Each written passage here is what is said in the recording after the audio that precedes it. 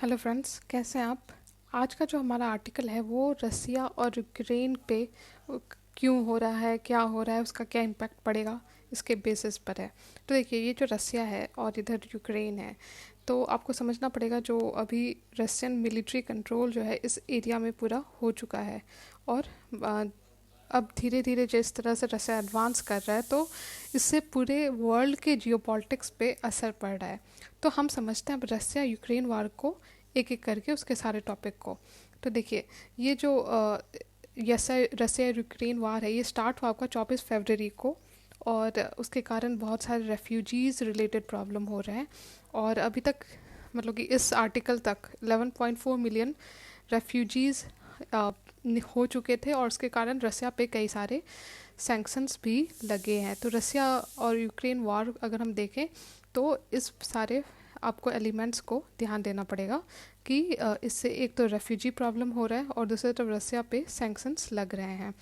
और अगर हम डिटेल में देखें, तो ये रसिया और यूक्रेन का जो टाइज़ है वो बहुत पुराना है। ये 1700 तक आप इसे देख सकते हो, जब Catherine the Great bought most of the present Ukrainian territory under the Russian empire. यानी कि ये जो यूक्रेन का पूरा रीजन है, ये कहीं ना कहीं रसिया के इन्फ्लुएंस में बहुत सालों पहले से रहा है।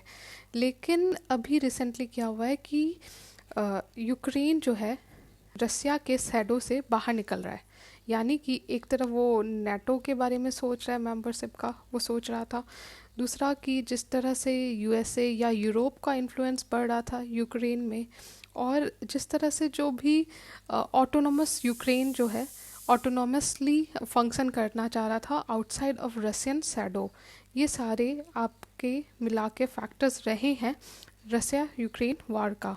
तो अगर हम आर्टिकल में देखें, तो देखिए, पहला कि by Ukraine to and cultural ties built with Russia, जो मैंने पहले कहा। दूसरा, ऑटोनोमस एग्जिस्टेंस ऑफ यूक्रेन। तीसरा, ग्रोइंग इन्फ्लुएंस ऑफ नेटो। अभी जो प्रेजेंट पोजीशन जो है यूक्रेन और रसिया का, वो है कि यूक्रेन जो है needs to join association agreement with the EU equivalent to Eurasian economic union from Russia, और साथ में नेटो क्या मेंबरशिप वो चाह रहा है। आप एक बात और ध्यान दीजिएगा कि इस मैप में आप देख रहे होंगे कि ये सारे कंट्रीज़, ठीक है, ये सारे कंट्रीज़ आपका जो नेटो में बिफोर 1997 ज्वाइन किए। लेकिन जो ये रसिया के पास के जो कंट्रीज़ हैं, जैसे कि आपका एस्टोनिया हो गया, लैट्विया हो गया, लिथुआनिया हो गया, फिर पोलैंड है इधर, फिर उसके बाद चेक Republic, Slovakia, Hungary, Romania, Slovenia, Croatia, Montenegro, Albania, North Macedonia, और फिर आपका बल्गेरिया। ये सारे जो कंट्रीज़ हैं आपके, ये रिसेंटली ही आपके जो रसिया के शैडो से निकल के नेटो का मेंबरशिप इन्होंने ज्वाइन किया। अब जो कंट्री नेटो के मेंबर नहीं है, अगर आप देख सकते हो इस मैप में, तो वो है आपका बेलारूस और यूक्रेन। अब रसिया ऑफ कोर्स चिंतित है कि कहीं ना कहीं अगर यूक्रेन में भी नेटो का आ गया इन्फ्लुएंस, तो रसिया के लिए एक कहीं ना कहीं उसके जियोपॉलिटिकली और उसके पूरी इकोनॉमी पे इम्पैक्ट पड़ेगा। तो इसलिए ये वार हो रहा है।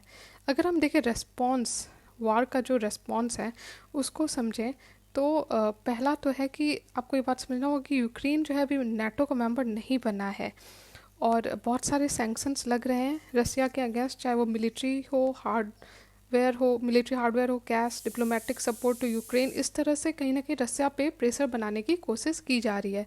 साथ में रिजोल्यूशन भी लाया गया रसिया के अगेंस्ट हमारे यूनाइटेड नेशन जनरल असेंबली में, साथ में यूएनएससी में, आईएए में, और सैंक्शंस और डिप्लोमेसी के थ्रू प्रेशर बनाने की कोशिश की जा रही है। मतलब कि अगर हम वेस्ट का रेस्पॉन्स देखें, तो आप देखोगे कि एक तो इस बात पे सैंक्शन लगाया जा रहा है रसिया पे, ठीक है, जो इम्पैक्ट है उसका, और मतलब कि response to the war West countries के द्वारा सैंक्शंस लगाए जा रहे हैं रसिया पे। दूसरा, रिजोल्यूशन अगेंस्ट रसिया, चाहे वो यूएनएससी हो या बाकी इंटरनेशनल बॉडीज़ हो, उनके थ्रू। नेक्स्ट पॉइंट है कि इंडिया का रिस्पॉन्स क्या है। देखिए, हम अपने ऑटोनॉमी को सपोर्ट करता है, इंडिया अपने ऑटोनॉमी को सपोर्ट करता है और अपने नेशनल इंटरेस्ट के अनुसार वो आगे बढ़ना चाहता है। तो इंडिया का जो रिस्पॉन्स रहा है इसमें, ये है कि देखिए, पहला पॉइंट है कि इंडिया अपने नेशनल इंटरेस्ट को सबसे पहले रखता है, उसका नेशनल इंटरेस्ट और national principle is foremost. Okay, और इसलिए इंडिया ने अब्सटेन किया जब रसिया पे वोटिंग चल रही थी, तो इंडिया ने अब्सटेन किया, ना उसने फॉर वोट किया ना अगेंस्ट, इंस्टेड इंडिया ने चूज़ किया अब्सटेन करना। दूसरा है कि इंडिया चाहता है कि सेफ सस्टेनेबल सॉल्यूशन, मतलब कि जो इंटरनेशनल नॉर्म्स है या इंटरनेशनल प्रिंसिपल है या जो यूनाइटेड नेशन का ही जो प्रिंसिपल है उसको फॉलो करते हुए एक सेफ और सस्टेनेबल सॉल्यूशन की तरफ आगे बढ़ने की ज़रूरत है। तीसरा है ह्यूमैनिटेरियन रिलीफ, मतलब कि इंडिया आगे बढ़ के जो भी रेफ्यूजीज़ हैं या यूक्रेन को सपोर्ट हो ह्यूमैनिटेरियन, उसके लिए आगे बढ़ रहा है, और इंडिया ने 90 टन ह्यूमैनिटेरियन असिस्टेंस दिया यूक्रेन को। लास्टली इंडिया जो है अपनी ऑटोनॉमी को मेंटेन करना चाहता है, वो नहीं चाहता कि वो किसी भी तरह आउटसाइड इन्फ्लुएंस में आके काम करे। तो ये बात यहाँ पे लिखी गई है कि जो प्रिंसिपल्स इंडिया फॉलो कर रहा है वो है कि पहला कि हम चाहते हैं कि जो वायलेंस है दोनों देशों की तरफ से, चाहे वो रसिया हो यूक्रेन हो, उसकी तरफ से ख़त्म हो। दूसरा है कि return to part of dialogue and diplomacy, India हमेशा चाहता है शांति बनाए रहे, वो वायलेंस के अगेंस्ट रहा है और इसलिए डायलॉग और डिप्लोमेसी के थ्रू वो चाहता है चीज़ें आगे बढ़ें। तीसरा है कि ग्लोबल ऑर्डर, मतलब कि हम यूएन में भरोसा रखते हैं, हम इंटरनेशनल लॉज में भरोसा रखते हैं और हम चाहते हैं कि जो ग्लोबल ऑर्डर है वो मेंटेन रहे। चौथा है ह्यूमैनिटेरियन एक्सेस, मतलब कि जो भी रेफ्यूजीज़ हैं या बाकी जो सपोर्ट सिटीजन्स, चाहे यूक्रेनियन सिटीजन्स हो या बाकी जो रेफ्यूजीज़ हैं उनको हो, वो मिलना चाहिए और इंडिया इसके सपोर्ट में है, इसलिए वो ह्यूमैनिटेरियन असिस्टेंस का सपोर्ट करता है। और दोनों रसिया हो या यूक्रेन, दोनों के लीडरशिप से वो बातचीत कर रहा है। यही बात यहाँ पे लिखी गई है और आपको पता होना चाहिए। लेकिन इंडिया के लिए चैलेंज ख़त्म नहीं है, क्योंकि हम रसिया को कहीं ना कहीं वहाँ से जो ऑयल है, कोल है, वो इंपोर्ट कर रहे हैं, तो इसके कारण जो वेस्टर्न कंट्रीज़ हैं वो इंडिया पे कहीं ना कहीं प्रेशर बनाने की कोशिश कर रही है। देखते हैं कि चैलेंजेस क्या क्या हैं।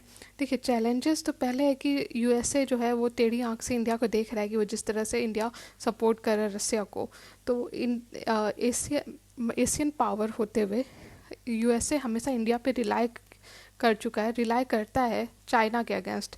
लेकिन अब यूएसए सोच रहा है कि क्या हम इंडिया पे रिलाई कर सकते हैं, क्योंकि इंडिया अभी भी रसिया से इंपोर्ट कर रहा है कोल प्लस ऑयल, ठीक है, और बाकी भी बहुत सारे इंपोर्ट्स हम कर रहे हैं, इनफैक्ट रशियन रूबल का भी यूज़ कर रहे हैं। तो इसके कारण हमारा जो क्लोजनेस है यूएसए के साथ, उस पर क्वेश्चन मार्क आ रहा है। देखिए, यूएसए के साथ कैसा क्लोजनेस है, देखिए अगर आप क्वाड में देखें, क्वाड में हम यूएसए के साथ हैं, उसी तरह इंडियन पैसिफिक ओशन का जहाँ तक बात है तो वहाँ पे भी हम यूएसए के साथ अलाइन दिखते हैं। हम चाहते हैं ओपन हो जो इंडो पैसिफिक ओशन हो, उसमें किसी तरह का हेजमोनी नहीं हो किसी एक देश का, तो क्लोजनेस विथ यूएसए, ठीक है। और दूसरा जो चैलेंज रहा है कि कैसे इंडिया बैलेंस करेगा, जब हम यूएसए के साथ भी हैं, रसिया के साथ भी हैं, तो इसको बैलेंसिंग कैसे करेगा ये देखना पड़ेगा। दूसरा है कि supply of vital important items, देखिए रसिया के ऊपर हम बहुत सारे डिफेंस आइटम्स के लिए डिपेंडेंट हैं, ठीक है। जो supply of important vital items जैसे कि आपका वार रिलेटेड या जो भी वेपन्स हैं, ब्रह्मोस हो गया, या हम S-400 भी रसिया से ले रहे हैं, तो इस तरह से हम कहीं ना कहीं रसिया पे बहुत सारी चीज़ों के लिए डिपेंडेंट हैं। और रसिया पे जब सैंक्शन होगा तो इंडिया पे भी असर होगा और वो दिख भी रहा है। हर साथ में इंडिया को ये भी लगता है कि अगर हम ज़्यादा रसिया से सप्लाई लें, ठीक है, तो उस पर यूएसए जो है काट सा लगा सकता है। साथ में जो स्विफ्ट पेमेंट है, ये एक मैकेनिज़्म है फॉर इंटरनेशनल ट्रांजैक्शन, उस पर भी इम्पैक्ट कर रहा है। तो जो रसिया पे सैंक्शन है उससे इंडिया इम्पैक्ट होगा। नेक्स्ट है, हम जैसे मैंने कहा आर्म्स ट्रेड में बहुत ज़्यादा इंडिया रसिया पे डिपेंड करता है। तो हमारे ऑलमोस्ट जो टोटल आर्म्स है उसका 46% रसिया के द्वारा प्रोवाइड किया जाता है, और ये सिप्री का डाटा है, ठीक है। तो इस तरह से हम देखते हैं कि आर्म्स ट्रेड के लिए हम बहुत ज़्यादा डिपेंडेंट हैं ऑन रसिया, और ये जो पूरा बैलेंसिंग है ये देखना पड़ेगा कि कैसे इंडिया मैनेज कर पाता है। जो काटसा है, जो मैंने कहा काटसा है क्या, काटसा एक बेसिकली यूएस फेडरल लॉ है जो कि जिसके अनुसार वो इम्पोज, अगर हम ईरान, नॉर्थ कोरिया, रसिया जैसे देश से इंपोर्ट कर रहे हैं सामान, तो उस बेसिस पे हमारे ऊपर सैंक्शन लगा सकता है यूएसए। यही है आपका कार्डसा। ठीक है, ये इसलिए बना है ताकि रसिया के इन्फ्लुएंस को हम यूएसए हैंडल कर पाए, उसको काउंटर कर पाए। साथ में Korean interdiction, modernisation of sanction, ये सब कार्डसा के पार्ट हैं। और इंडिया इसलिए चिंतित रहता है क्योंकि हमारे बहुत सारा जो मिलिट्री हार्डवेयर है वो रसिया से आता है। दूसरा S-400 triumph surface to air missile भी जो है वो हम रसिया से इंपोर्ट करते हैं। जो तो इसीलिए हमें ये सारे फैक्टर्स, जो इंडिया और रसिया, या जो रसिया यूक्रेन का जो अभी वॉर चल रहा है उसका जो इम्पैक्ट देखता है, तो इस तरह से हमें इंडिया के रोल को समझना पड़ेगा, इंडिया के चैलेंजेस को समझना पड़ेगा। तो इस तरह से हमने समझा ये पूरा आर्टिकल। ठीक है, इसमें हमने क्या क्या समझा वो एक बार रिवाइज कर लेते हैं। देखिए, हमने पहले समझा कि वेस्ट मतलब कि जो रसिया पे क्या क्या किस किस तरह से इम्पैक्ट पड़ रहे हैं। तो आपका रेफ्यूजी का आएगा, उसमें सैंक्शंस के बारे में आएगा। फिर आपको बताना होगा कि क्यों रसिया और यूक्रेन वार पे है, तो इसमें आपका नाटो का बात हो गई। फिर रसिया के शैडो में अभी तक यूक्रेन था जिससे वो बाहर निकलना चाह रहा है। उसके बाद आप बात करोगे वेस्ट कैसे इस वार को काउंटर कर रहा है, उसका रिस्पॉन्स क्या है। तो इसमें आपका आएगा सैंक्शंस या रिजोल्यूशन टू यूएनएससी। फिर इंडिया के बारे में बात होगी तो उसमें आप बात करोगे कि क्या क्या प्रिंसिपल इंडिया फॉलो कर रहा है इस वार के दौरान। फिर उसके बाद चैलेंजेस का जब बात होगी तो आपको मेंशन करना पड़ेगा कि इंडिया के लिए क्या क्या चैलेंजेस हैं, चाहे वो इम्पोर्ट का बात हो या स्विफ्ट पेमेंट का बात हो या हमारे कार्डसा का बात हो, यूएसए जो यूज़ कर सकते हैं इंडिया के अगेंस्ट। तो इस तरह से हम टोटली इस आर्टिकल को समझ लिए। आई होप आपको वीडियो अच्छा लग रहा है। अगर अच्छा लग रहा है तो प्लीज़ लाइक कीजिए और मेरे चैनल को सब्सक्राइब कीजिए। Thank you.